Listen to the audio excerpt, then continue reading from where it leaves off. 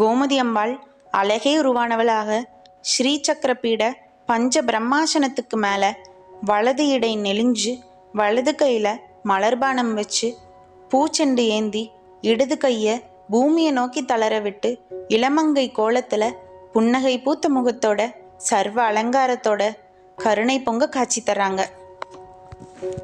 அம்பாள் லலிதாம்பிகையாவும் மகா திரிபுர சுந்தரியாவும் காட்சி தராங்க.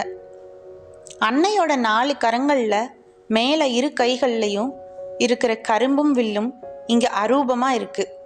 அதை நம்ம கண்களால் பார்க்க முடியாது. தவ வலிமை மிக்க யோகிகளால் மட்டும்தான் பார்க்க முடியும்.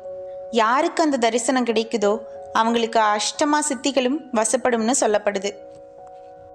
இது அன்னையோட சகசிராரம் விழுந்த ஸ்தலம்ங்கிறதுனால அன்னை இங்கே மகா யோகினியா தபஸ்வரூபினியா காட்சி தராங்க.